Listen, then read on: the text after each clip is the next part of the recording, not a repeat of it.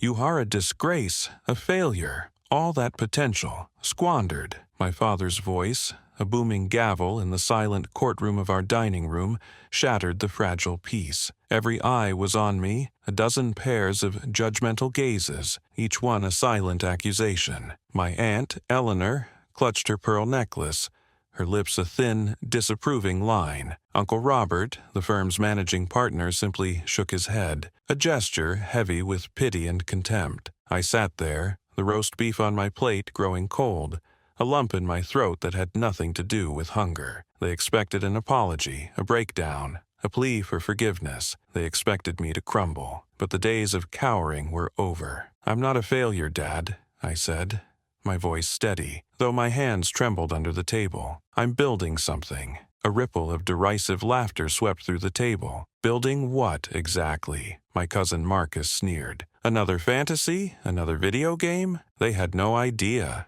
They couldn't fathom the truth of what I was forging in the crucible of their doubt. And if you want to know how I, the black sheep, built an empire from nothing while they watched, oblivious, then stay tuned.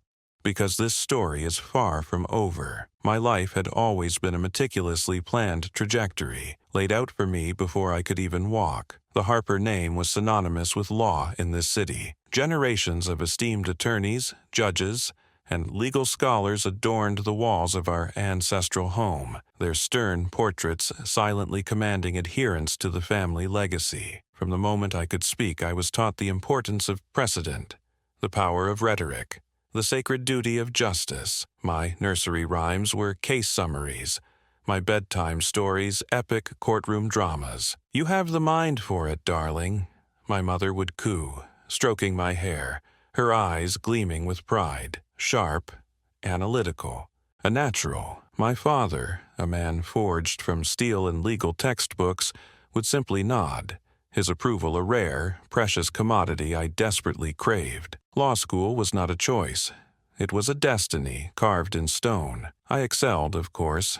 I always did. Dean's List, moot court champion, editor of the Law Review. I was the golden child, the inheritor of the Harper legacy, destined to take my place in the hallowed halls of Harper & Sons, attorneys at law. But beneath the polished facade, a different kind of curiosity simmered. Late at night, while my classmates memorized statutes, I was secretly devouring books on algorithms, on neural networks, on the elegant logic of code. It started as a fascination, a quiet rebellion against the rigid structure of my days. Soon, it became an obsession. The law felt cumbersome, archaic, a slow, grinding machine. Technology, on the other hand, felt like pure creation, a boundless frontier where problems were solved with elegant precision, where innovation was the only law. The breaking point came during my second year, a particularly grueling week spent dissecting a centuries-old property dispute. I remember staring at the dense, convoluted text, the endless footnotes, the sheer inefficiency of it all. It felt like trying to solve a complex equation with a quill and parchment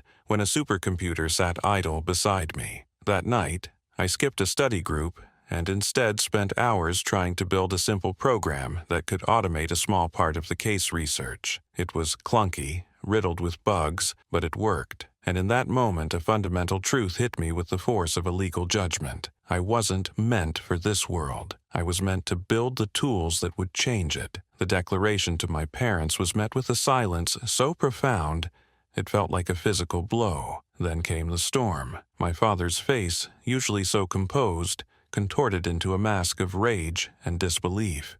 "You are throwing away your future, our name, everything we've built." My mother wept, her tears a weapon designed to inflict maximum guilt. "How could you do this to us? To yourself?" They threatened to cut me off, to disinherit me, to erase me from the family narrative. They called me irresponsible, naive, a fool. The family failure became my new title, whispered behind cupped hands at Sunday brunch. I packed my bags that afternoon, a single suitcase holding my few possessions, my laptop, and a burning resolve. I found a tiny, dilapidated studio apartment on the outskirts of the city, a place so small the bed almost touched the kitchen sink. The rent was cheap, the silence deafening. It was liberating and terrifying all at once. The first few months were a blur of caffeine, cheap ramen, and lines of code. The tiny apartment became my sanctuary, my laboratory. I ate,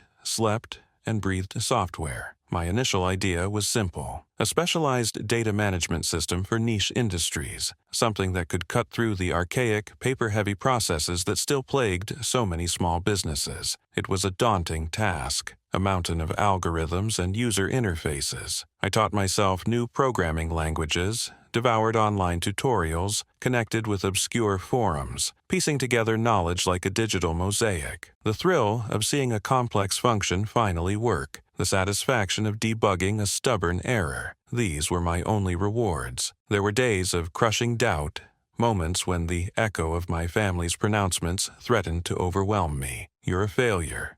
You're wasting your life." But then I'd look at the glowing screen, at the lines of elegant code, and remember the spark that had ignited this journey. This wasn't a hobby, it was my purpose. I poured every ounce of my meager savings into the project. I lived on less than minimum wage, turning down invitations, sacrificing every comfort. I knew I needed external validation, some form of professional recognition to prove my concept wasn't just a pipe dream. I discovered a prestigious national grant program for emerging tech startups, specifically looking for innovative solutions in underserved markets. This was it, my chance. I spent weeks meticulously crafting the application, detailing my software's unique capabilities, projecting its market impact, weaving a narrative of disruptive innovation. I submitted it, a knot of hope and anxiety twisting in my stomach. The rejection email arrived 6 weeks later. Short, polite, devastating. "While your concept shows promise, your application lacks the necessary formal academic credentials and established industry experience." It was a polite way of saying, "You dropped out.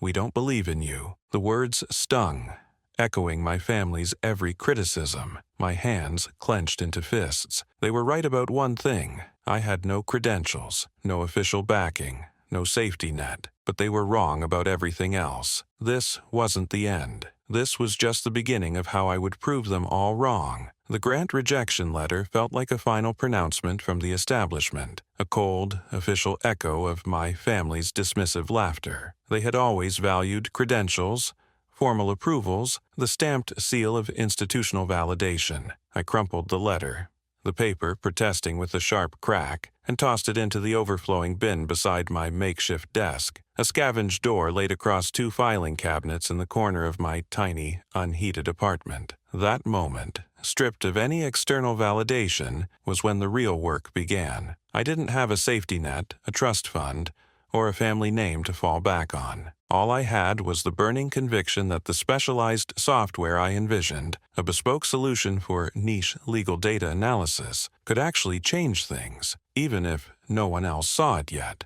The next 18 months blurred into a relentless cycle of coding, debugging, and an almost monastic existence. My days were segmented by lines of code, the rhythmic tap of the keyboard the only constant companion. Breakfast was usually instant coffee and a stale bagel, lunch was often skipped, and dinner was ramen noodles, sometimes with a lonely egg. My social life evaporated. Friends from my law school days stopped calling, convinced I'd lost my mind. My family's texts became less frequent, then ceased altogether, replaced by the occasional pointed email from my mother about my cousin's latest promotion at a rival firm. Each email was a silent question, a judgment, a reminder of the path I'd abandoned. I ignored them all. My small savings dwindled, then ran out. I started taking odd jobs, freelance web design, data entry, anything that paid enough to cover rent and keep the electricity on. I worked through nights,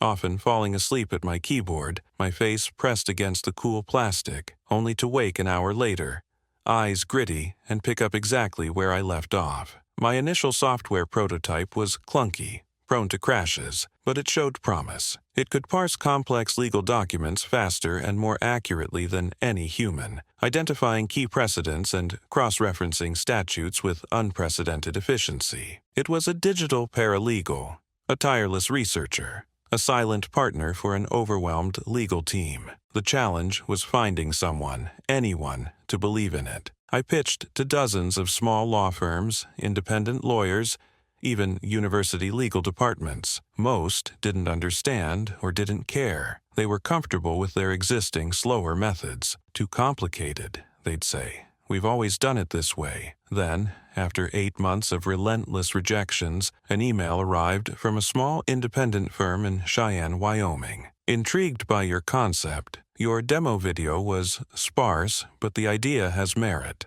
Can you do a live demonstration next week? I nearly dropped my cheap, cracked phone. The partners, Sarah and Mark, were skeptical but open-minded. They ran a firm specializing in environmental law, dealing with massive volumes of complex regulatory documents. My software could cut their research time by 80%. I spent 3 days preparing for that video call, refining the demo, practicing my pitch until my throat was raw. When the call connected, my heart hammered against my ribs. I walked them through the interface, showed them how it could instantly cross-reference environmental impact statements with federal regulations, highlight potential violations, and even draft initial summaries. They watched, fascinated. At the end, Sarah leaned forward. "How much?" she asked. "A 6-month pilot program with full support for $500 a month," I said, my voice steadier than I felt. It wasn't much, barely enough to cover my server costs, but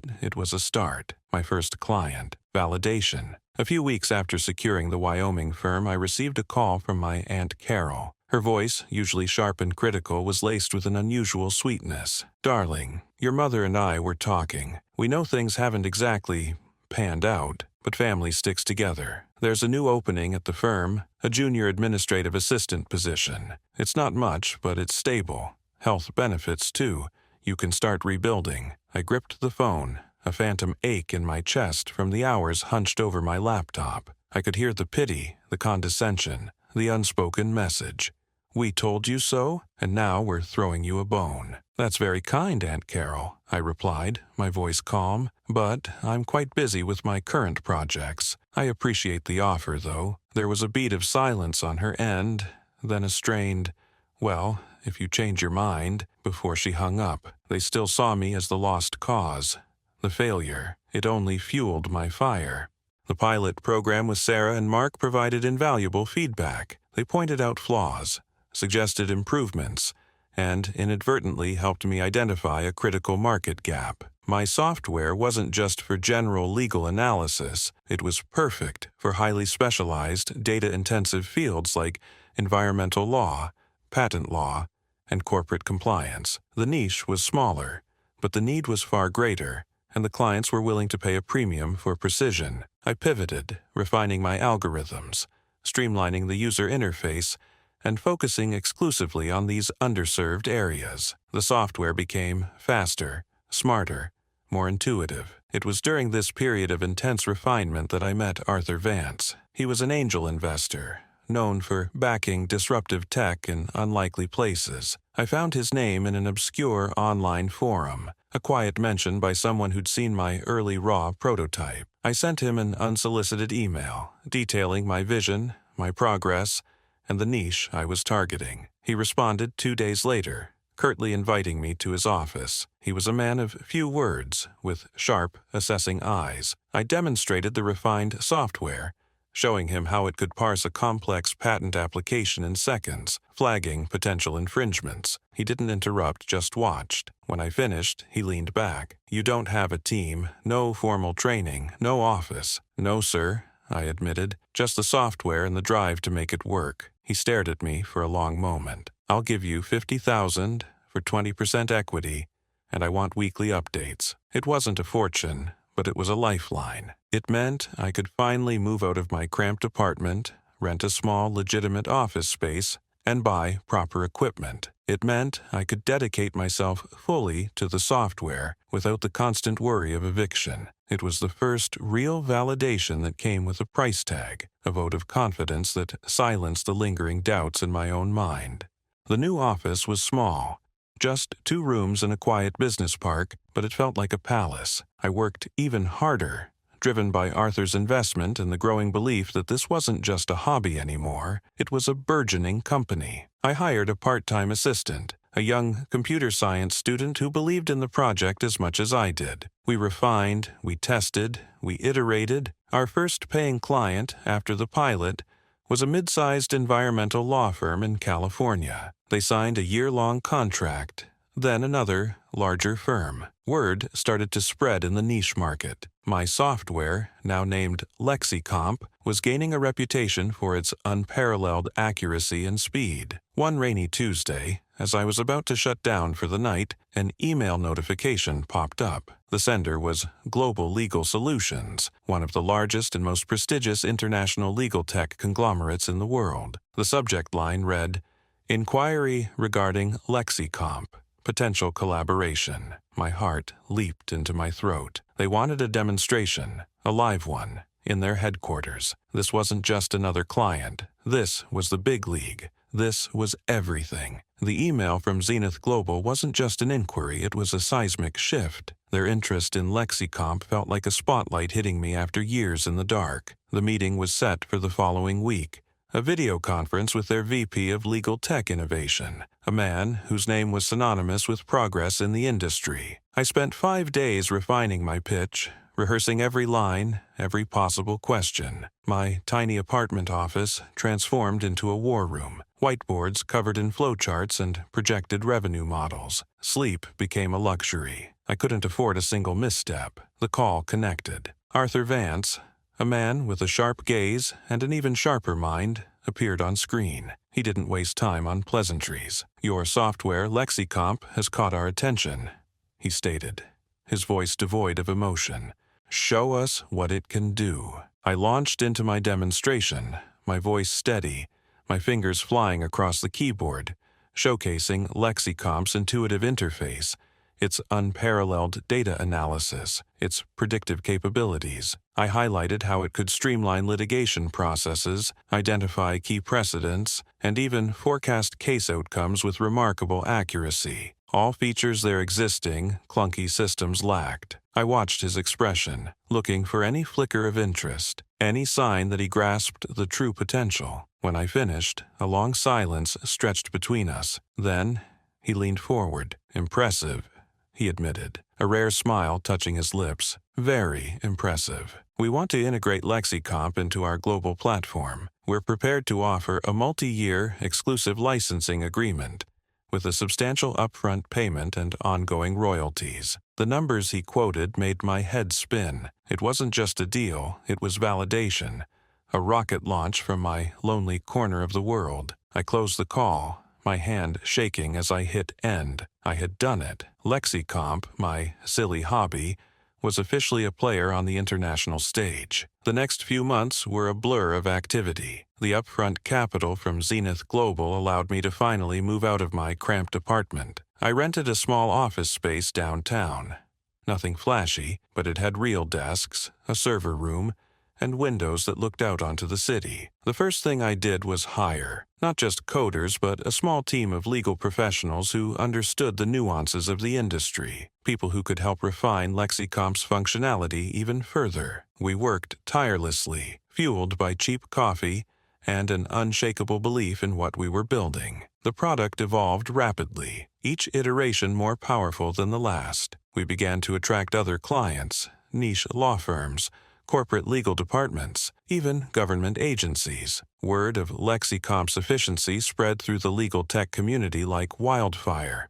My family, however, remained oblivious. Their world continued to revolve around the established, the traditional. The law firm, their legacy, was facing a challenging year. I heard snippets during the mandatory Sunday dinners at my parents' sprawling house. My father would lament the rising competition, the cost of maintaining their downtown office, the difficulty in attracting new, high-value clients. "It's a tough market out there," he'd sigh, swirling his brandy. "Only the strong survive." My uncle, a senior partner, grumbled about a lost merger deal, how their rival firm, Sterling and Finch, had somehow outmaneuvered them. "They're using some newfangled tech, apparently," he'd scoff. "Predictive analytics or something." "Nonsense. Nothing beats good old-fashioned legal acumen." I sat there, stirring my tea, a quiet observer in their drama. They didn't know LexiComp was the newfangled tech Sterling and Finch had licensed. They didn't know the revenue from my little company now dwarfed their firm's annual earnings. My mother, ever the peacemaker, would try to include me. "And how's your venture, dear? Still fixing computers for people?" My cousin, a newly minted associate at the firm, chuckled. "Maybe she can set up our new printer, Dad. We're always having trouble with it." The condescension was a dull ache, a familiar companion. I'd offer a vague, non-committal answer, a practiced smile on my face. "It's going well, thank you. Very busy." The burden of secrecy was heavy, a constant weight on my chest. It felt like living a double life, one where I was dismissed as a failure, and another where I was building an empire. The isolation from their world grew, a chasm between us. I loved them, but their judgments had built walls I didn't know how to dismantle without tearing everything down. LexiComp started racking up industry accolades. We won the Legal Tech Innovator of the Year award at a major industry conference, followed by glowing features in specialized tech journals. I made sure my public profile remained low, often sending my head of operations to accept awards or give interviews. My name wasn't plastered on billboards, and our press releases focused on the company, not its founder. It was a conscious effort to keep my family in the dark, not out of malice, but because I hadn't yet figured out how to bridge the gap between their perception and my reality. The longer I waited, the more monumental the revelation would become. Then, a few weeks ago, I received an email from a venture capital firm. They were interested in a strategic investment, potentially an acquisition. They requested a formal valuation report for LexiComp, a deep dive into our financials, our intellectual property, our market position. I agreed, the process feeling surreal. A team of analysts spent weeks poring over our books, interviewing my team,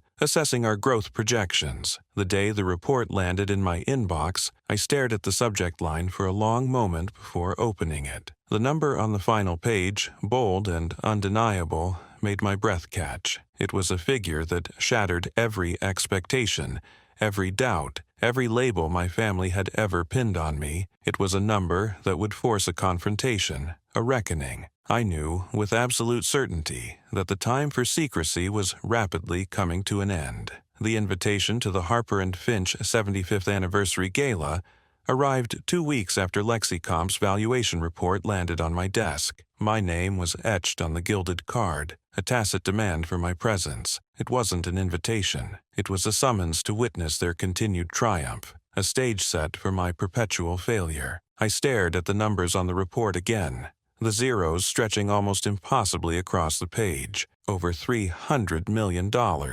My silly hobby was now worth more than the entire Harper & Finch firm, which, according to the industry journals I discreetly followed, was struggling to break a 9-figure valuation. The irony was a bitter taste. I debated not going. What was the point? To endure another evening of pitying glances and thinly veiled condescension. But then the thought solidified. This was my chance, not to gloat, but to reclaim my narrative. They had defined me for years. Tonight, I would define myself. I chose a simple, tailored black dress, pragmatic and understated. No diamonds or flashy accessories. My strength wasn't in outward displays. It was in the quiet, relentless work that had led me here. Stepping into the grand ballroom of the city's oldest hotel, the air was thick with the clinking of champagne glasses and the low hum of self-congratulatory chatter. Familiar faces, all part of the Harper & Finch empire,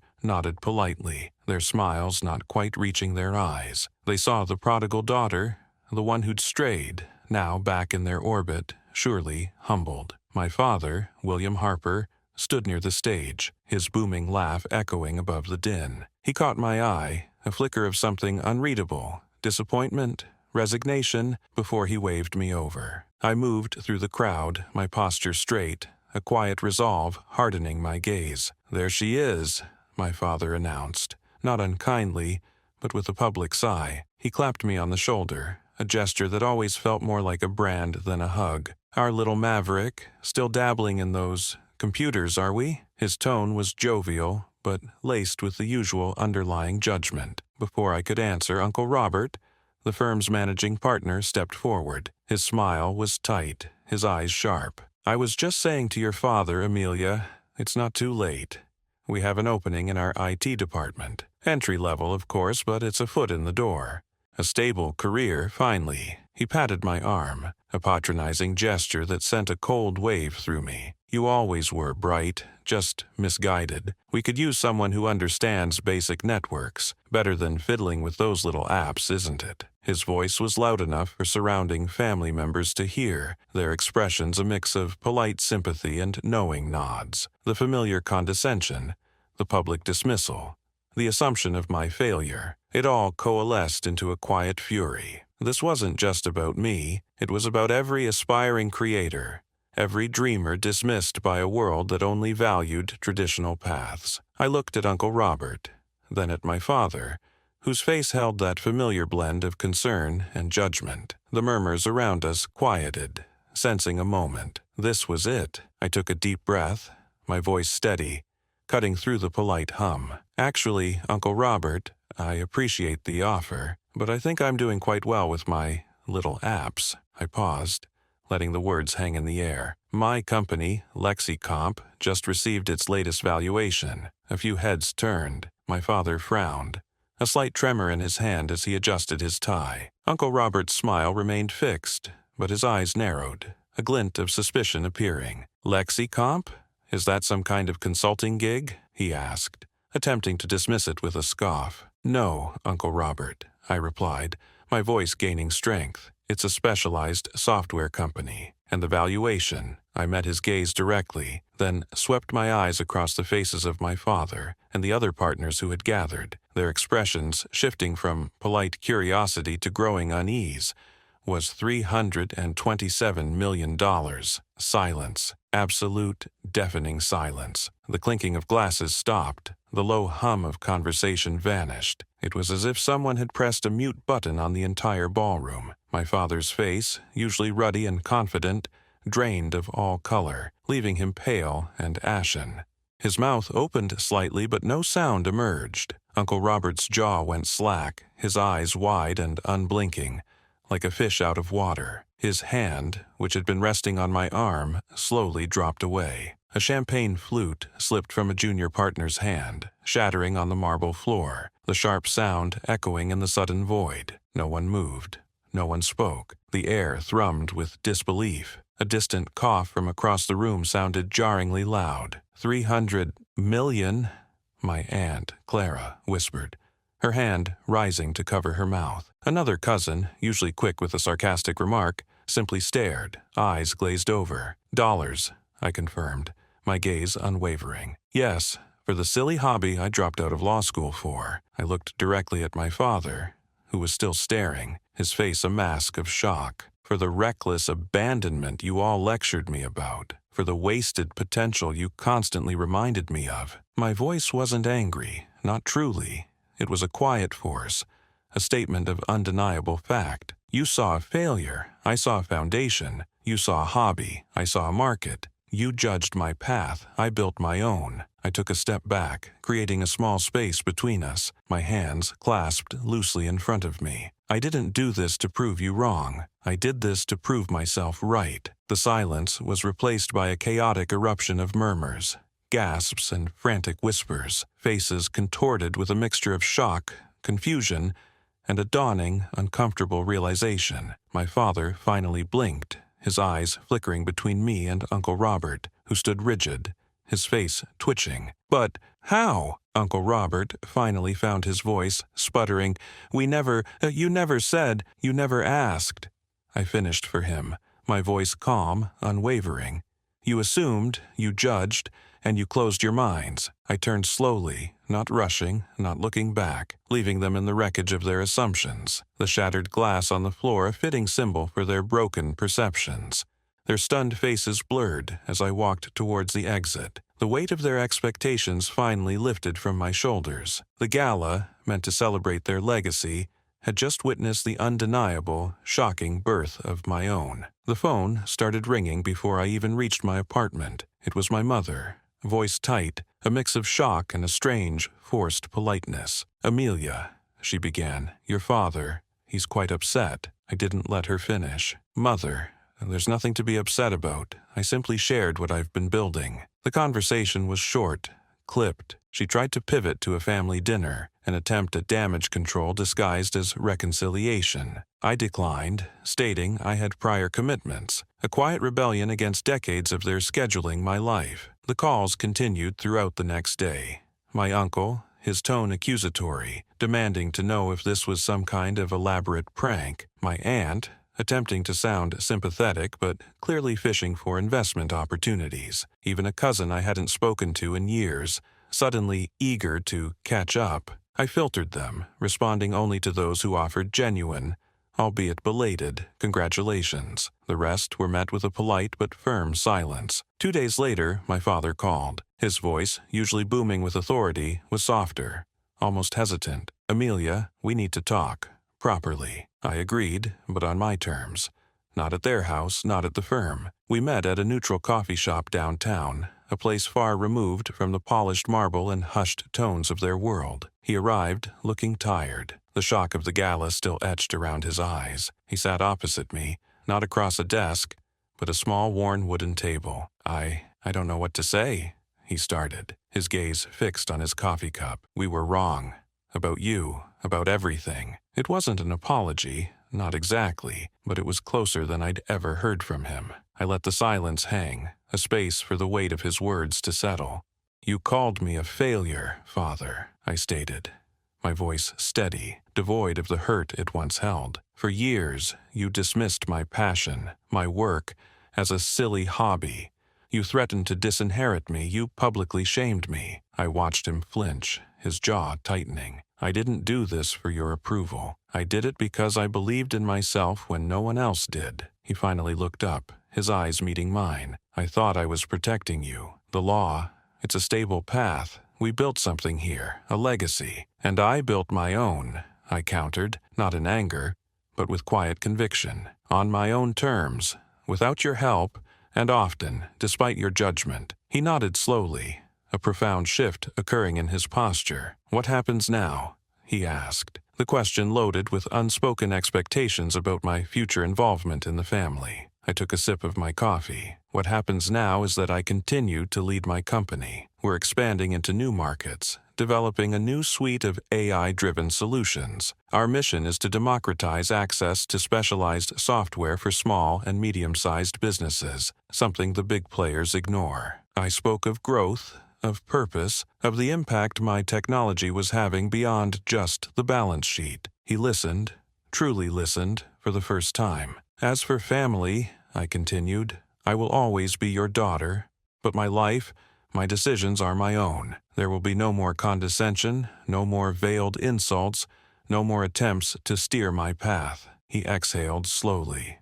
"Understood." It wasn't a full reconciliation, but it was a new beginning, a foundation built on respect, not obligation. In the weeks that followed, the dynamic shifted profoundly. My mother called, not to arrange a family intervention, but to ask about my day, about the intricacies of my business.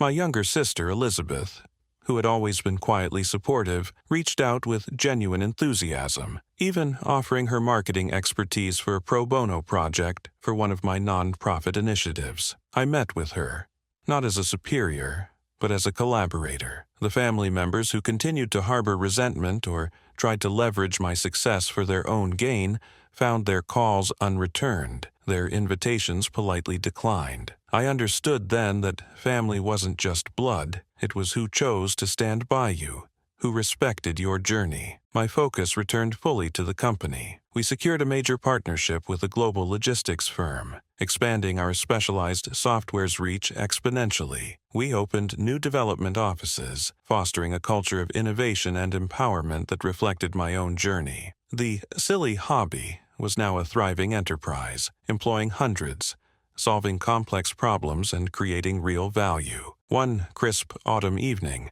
months after the gala, I stood on the balcony of my penthouse apartment, a quiet solitude settling over me. The city lights twinkled below, a vast tapestry of ambition and dreams. I held a warm mug, the steam curling into the cool air. The journey had been arduous, marked by self-doubt, financial strain, and the deep sting of familial dismissal. But through it all, I had held on to a truth they couldn't see, that success wasn't defined by a degree or a family name, but by the courage to follow your own path, to build something from nothing, and to prove that your worth was inherent, not conferred. I was no longer the family failure. I was Amelia, the architect of my own destiny, a self-made woman who had not only built a specialized software empire worth hundreds of millions, but, more importantly, had built a life on her own terms, fiercely, unapologetically, and authentically. The bitter taste of their judgment had finally faded, replaced by the sweet, undeniable flavor of triumph.